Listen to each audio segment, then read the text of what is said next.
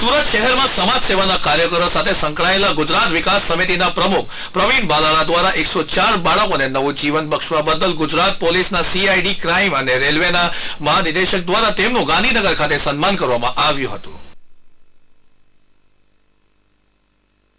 છેલ્લા 5-7 વર્ષથી અમે ખોવાયેલા બાળકોને એના માતા પિતા સુધી પહોંચાડવાની કામગીરી કરીએ છીએ। 2004માં અમને પ્રથમ બાળક મળ્યું હતું અને પ્રેરણા અમને 2004માં એક ઘનશ્યામનગરમાં નાની છોકરી ઉપર રેપ થતા એ પ્રેરણા મળી હતી અને એથી 2005 અને 4માં અમે 30 જેટલા બાળકોને તેના માતા પિતા સુધી પહોંચાડ્યા અને 2006માં રાજ્ય સરકાર દ્વારા અમારી આ કામગીરી બદલ અમને સન્માનિત કર્યું 26મી જાન્યુઆરી પરેડ ગ્રાઉન્ડમાં।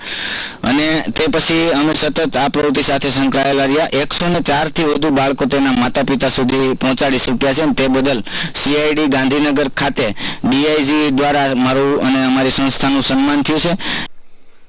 સુરતના પ્રવીણભાઈ બાલાળા કરીને એક ખૂબ જ નવો યુવાન છે જેની ઉંમર ફક્ત 28 વર્ષ છે। પોતાની આર્થિક ઉપાર્જનની પ્રવૃત્તિ સિવાય પણ એને એક સેવાકીય પ્રવૃત્તિ માનવ સેવા એ સારી રીતે અપનાવેલી છે। મિસિંગનો વિષય ઓલ ઓવર સ્ટેટ અને ઇન્ટરસ્ટેટ લેવલે મતલબ સીઆઈડી ક્રાઇમ સંભાળે છે। સામાન્ય રીતે પોલીસ પોતાની કામગીરીની અંદરથી ઘણી વખત સમય મેળવી અને આ કામગીરીને પ્રાધાન્ય આપી શકતી નથી। એવા સમયની અંદર આ યુવાને આગળ આવી અને આશરે 104 જેટલા ખોયેલા બાળકોને એના સગાવાલા એના વાલીવારસ કે યથાયોગ્ય જગ્યાએ પહોંચાડવાનો પ્રયત્ન કરેલ છે। કહેવાય છે કે માનવ સેવા એ જ પ્રભુ સેવા છે।